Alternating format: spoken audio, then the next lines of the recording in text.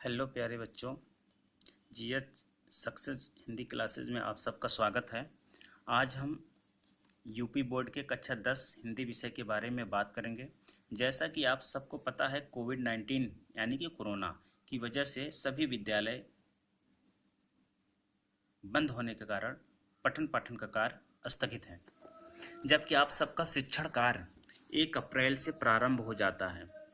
आपका शिक्षण कार्य बाधित न हो, इसी उद्देश्य से जीएच सक्सेस हिंदी क्लासेज के माध्यम से मैं आपका गुरु आपके सामने उपस्थित हुआ हूँ। आज हम सबसे पहले माध्यमिक शिक्षा परिषद उत्तर प्रदेश द्वारा निर्धारित कक्षा 10 के पाठ्यक्रम यानी कि सिलेबस के बारे में चर्चा करेंगे। तो आइए बच्चों, अब हमें पाठ्यक्रम तो आइए बच्चों अब हम पाठ्यक्रम पर कुछ बात करते हैं। तो सबसे पहले हम समझते हैं कि आपके पाठ्यक्रम में क्या क्या है। जैसे कि बच्चों, आपको पता है कि आप कक्षा 8 से पास होकर के कक्षा 9 में आए हैं। कक्षा 9 और कक्षा 8 के पेपर में बहुत कुछ अंतर होता है। आपके कक्षा 8 में अभी जो आपने दिया होगा कक्षा 8 के पेपर, उसमें सही गलत का निशान, बहुविकल्पी और प्लस रिक्त स्थानों की पूर्ति, ऐसे प्रश्न आते हैं, जबकि नाइन्थ में ऐसे नहीं आते हैं। नाइन्थ में बहुत कुछ अलग होता है। आपको नाइन्थ के सिलेबस को नए ढंग से सब कुछ सीखना होगा, जानना होगा। अब सबसे पहले बात करते हैं आपके नाइन्थ क्लास के हिंदी विषय में कितने नंबर का पेपर होता है। तो टोटल 100 नंबर का पेपर होता है, लेकिन ये 2 हिस्सों में है। जैसे 70 नंबर के एक पेपर होता है, प्लस 30 नंबर का आपका आंतरिक मूल्यांकन होता है। बच्चों, आंतरिक मूल्यांकन मतलब है कि आप 30 नंबर के जो अंक हैं वो आपके स्कूल के टीचर्स जो आपको जो सब्जेक्ट पढ़ाते हैं, वो टीचर, जैसे हिंदी सब्जेक्ट है तो हिंदी के टीचर आपका 3 टेस्ट लेंगे। एक टेस्ट आपका अगस्त महीना में, दूसरा टेस्ट आपका अक्टूबर के महीने में और तीसरा टेस्ट आपका दिसंबर के महीने में लेंगे। 10-10 अंक का तीनों टेस्ट होता, तो टोटल मिलाकर के 30 अंक का आपका टेस्ट है। यानी कि 30 नंबर की आंतरिक मतलब स्कूल के अंदर आपका ये मूल्यांकन होगा। बाकी 70 नंबर का आप एक पेपर जो एग्जाम अक्सर देते हैं आप लोग छमाही, सालाना यानी कि वार्षिक, अर्धवार्षिक परीक्षा में, वो 70 अंक का होता है।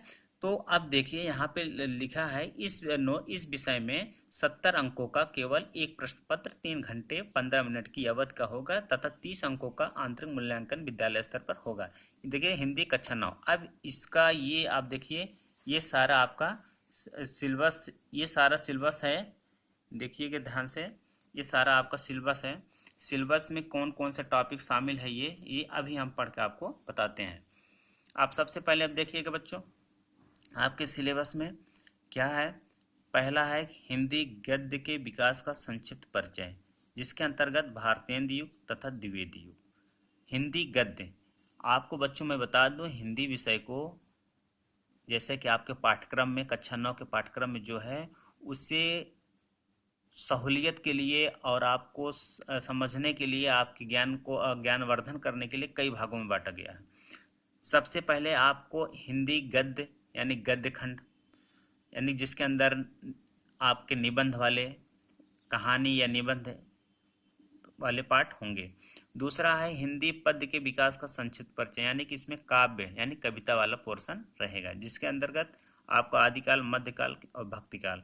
अब बच्चों सबसे पहले आपको ये समझ लेनी है कि हिंदी गद्य के विकास का संक्षिप्त परिचय, ये अभी तक आप ज़्यादा नहीं सुने होंगे। अब आपके नाइन्थ में यहाँ से आपका शुरुआत होगा, मतलब इस यहीं से आपका हिंदी विषय की शुरुआत होगी। अब ये हिंदी गद्य के विकास का संक्षिप्त परिचय है क्या, इसी के बारे में आपसे हम डिटेल तब बात करेंगे जब सारे सिलेबस के बारे में आपको बता देंगे। जब मैं अगला नया वीडियो आपके सामने लाऊंगा तो उसमें हम क्रम से हर टॉपिक को बताते हुए, समझाते हुए और नोट्स देते हुए आगे बढ़ेंगे। सबसे पहले हिंदी गद्य के विकास का संक्षिप्त परिचय, जिसके अंतर्गत भारतेंदु युग, द्विवेदी युग, ध्यान से सुनते रहिएगा। फिर हिंदी पद्य के विकास का संक्षिप्त परिचय, जिसके अंतर्गत आदिकाल, मध्यकाल मतलब केवल भक्तिकाल, मतलब आपको यही भारतेंदु युग, द्विवेदी युग, आदिकाल और भक्तिकाल आपको पढ़ना है। फिर नीचे आइए, गद्य हेतु निर्धारित पाठ्य वस्तु से संदर्भ रेखा किंत अंश की व्याख्या तत्परक प्रश्न का उत्तर। कहने का मतलब है जो ये गद्य हेतु मतलब जो आपके निबंध, जैसा कि आप सबको पता है, देखिए ये आपके गद्य खंड लिखा है ना ये, तो गद्य खंड के अंतर्गत कितने पाठ हैं ये? बात, मंत्र, गुरु नानक देव, गिल्लू, स्मृति, निष्ठा मूर्ति, कस्तूरबा, ठेले पर हिमालय, तोता, सड़क सुरक्षा एवं यातायात के नियम। ये देखिए ये आपके गद्य के अंदर आएंगे। तो ये गद्य खंड, ये जब पाठ पढ़ेंगे इस पाठ से जो प्रश्न आएगा वो गद्यांश आएगा। गद्यांश नीचे 3 प्रश्न दिए रहते हैं, उन्हीं प्रश्नों को करना होता है। ये जब पाठ हम आएंगे पढ़ाने के लिए तो आपको एकदम क्लियर करके बताएंगे। फिर अगला देखिए, इसे काव्य हेतु निर्धारित पाठ्य वस्तु, इसके अंदर संदर्भ आपको लिखना होता है। संदर्भ मतलब बच्चों होता है उसमें पाठ और लेखक यानी कवि का नाम लिखना होता है। व्याख्या, फिर उसकी मतलब जो कविता होती है जो पेपर में दिया रहता है उसकी व्याख्या यानी कि हिंदी में अर्थ लिखना होता है। फिर उसका काव्य का सौंदर्य लिखना होता है। काव्य का सौंदर्य क्या है पढ़ाते वक्त हम आपको डिटेल बात करेंगे। जैसे आपको बच्चों काव्य का खंड के अंदर देखिए पद्य खंड लिखा है ना, इसको काव्य खंड भी कहते हैं।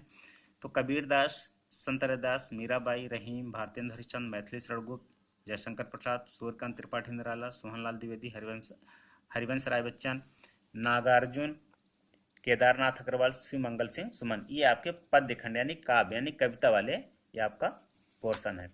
अब आप बच्चों देख लीजिएगा, अब यहाँ ऊपर आपने देख गद्य के विकास का पद्य के विकास मतलब इनका विकास कैसे हुआ, मतलब इनकी शुरुआत कैसे हुई, अब किस अवस्था में है, कितना तक इनका हिंदी विकास की मतलब अभी तक कितना हुआ, इस सब पर डिटेल बातें होंगी आप सबसे। नीचे है संस्कृत की निर्धारित पाठ्यवस्तु, गद्यांश अथवा श्लोक का संदर्भ सहित अनुवाद। संस्कृत, अब आपके हिंदी से जुड़ा हुआ संस्कृत होता है, अनिवार्य संस्कृत जिसको कहते हैं। आपके हिंदी के जो सब्जेक्ट होता है, जो विषय है हिंदी, उसके लास्ट अंत में आपको देखेंगे कुछ चैप्टर कुछ पाठ आपके संस्कृत के होते हैं। वो देखिए आपको दिखा देते हैं हम संस्कृत के पाठ जो हैं आपके, ये देखिए संस्कृत खंड है ना। अब इसके अंतर्गत देखिए वंदना पहला पाठ है, सदाचारा है, पुरुषोत्तमा रामा है, सिद्ध मंत्रा है, सुभाषतानी है, परमहंस रामकृष्णा है, कृष्ण गोपाल नंदा है। ये आपके संस्कृत आपके हिंदी से ही हिंदी की ही किताब में या अंत में आपको संस्कृत के पाठ हैं, इसको भी पढ़ना होता है। इसी के बारे में यहाँ आपके सिलेबस में देखिए बताया गया, संस्कृत में निर्धारित पाठ्य वस्तु से यानी कि उसका भी गद्यांश आएगा अथवा श्लोक, यानी श्लोक और गद्यांश 2 आएगा, उसमें एक ही करना होता है जिसका हिंदी में अर्थ लिखना होता है और संदर्भ से, संदर्भ मतलब वो किस पाठ से है उसका संदर्भ, ये सब लिखना बताएंगे हम आप सबको। और हिंदी में अर्थ आप हिंदी में अर्थ संस्कृत का हिंदी में अर्थ भी बताएंगे। आगे देखते हैं निर्धारित एकांकी से, यानी कि आपके सिलेबस में एकांकी भी है। एकांकी क्या होता है बच्चों? एकांकी एक प्रकार की छोटा सा नाटक होता है, छोटा एक अंक का मतलब कम समय में जो नाटक किया जाता है उसको एकांकी कहा जाता है। उसके अंतर्गत आपको प्रश्नोत्तर आएगा। क्या होगा? प्रश्नोत्तर आएगा, यानी कि प्रश्न आएगा जिसमें कथानक यानी कि उसका सारांश, उसकी पूरी कहानी स्टोरी जिसको कहते हैं वो आपको पढ़नी है, लिखनी है, समझनी है। और चरित्र मतलब उस एकांकी का मेन हीरो नायक कौन है या मेन नायिका कौन है उसका चरित्र आपको पढ़ना होता है। और तथ्य आधारित प्रश्न भी रहते हैं, लेकिन ये 2 बहुत इंपॉर्टेंट हैं, आपको ये सारी चीज़ें बता दी जाएंगी तो आप आसानी से ये काम कर लेंगे। इसमें निर्धारित एकांकी में कई एकांकी है, जैसे एकांकी में बच्चों देखिए आपके एकांकी कई हैं। ये देखिए आपके एकांकी खंड है, इसमें देखते रहिएगा। ये दीपदान, नए मेहमान, व्यवहार, लक्ष्मी का स्वागत, सीमा रेखा, 5 एकांकी ये है। दीपदान के देखिए लेखक हैं डॉक्टर राम कुमार वर्मा, नए मेहमान को उदय शंकर भट्ट, नीचे लेखक का नाम भी दे रखा है, देख रहे हैं ना आप लोग। ये आपका एकांकी खंड है, इससे प्रश्न आएगा, प्रश्न का उत्तर लिखना होता है। जैसे कि इसमें आपके सिलेबस में देखिए ये निर्धारित एकांकी, कथानक, चरित्र, तथ्याधारित प्रश्न, ये आपका आएगा। और सामने देखिए नंबर भी दे रखा है, ये कितने नंबर का आएगा पेपर में? 3 अंक का आएगा। देखिए ऊपर वाला देखिए 5 अंक का, ये फिर 5 अंक का, ये देखिए गद्य वाला आपका 8 अंक का, फिर ये 8 अंक का, इसे सामने आपका अंक भी दे रखा है, इसको आप ध्यान से समझ लेंगे। और जब हम पढ़ाएंगे तो उसको आप बताते चलेंगे ये कितने अंक का, इसका प्रश्न कैसे आएगा, इसका तरीका क्या होता है, सब बताते चलेंगे। फिर नीचे आइए आप, निर्धारित पाठों के लेखकों तथा कवियों का जीवन परिचय, यानी कि बच्चों जो मैंने आपका देखिए या दिखाया है ये गद्य खंड है। इसके मतलब बात के प्रताप नारायण मिश्र हैं, मंत्र के प्रेमचंद हैं, गुरु नानक देव हजारी प्रसाद द्विवेदी हैं, गिल्लू महादेव वर्मा, ये जो लेखक है लेखिका हैं इनका जीवन परिचय भी आता है लिखने के लिए। जीवन परिचय जानते हैं कि जीवन जन्म से मृत्यु तक उनके बारे में पूरी बातें की जाती है, प्लस उनकी रचनाएं भी। ऐसे ही आपके ये काव्यखंड, ये आपके काव्यखंड जो हैं देखिएगा बच्चों, ये पद्यखंड, मतलब इसके अंदर देखिए कबीरदास, रैदास, मीराबाई, रहीम, भारतेंद्र, ये सब कवि हैं, इनके भी जीवन परिचय आते हैं लिखने के लिए रचनाओं सहित। रचना मतलब उनकी किताबें, उनकी कृतियाँ।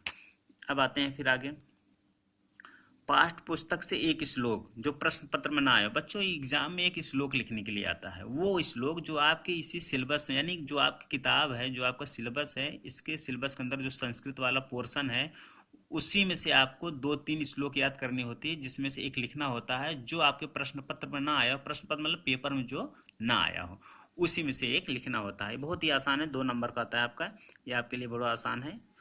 संस्कृत के निर्धारित पाठों से पाठों पर आधारित 2 प्रश्न का उत्तर है, यानी जो संस्कृत वाला पोर्शन है उससे आपका प्रश्न भी आता है लिखने के लिए संस्कृत में उत्तर, यानी कि एक लाइन, 2 लाइनों के 1-2 नंबर के आते हैं, वो लिखवा दिया जाएगा, बता दिया जाएगा, तो आप उसको याद करके आसानी से कर ले जाएंगे।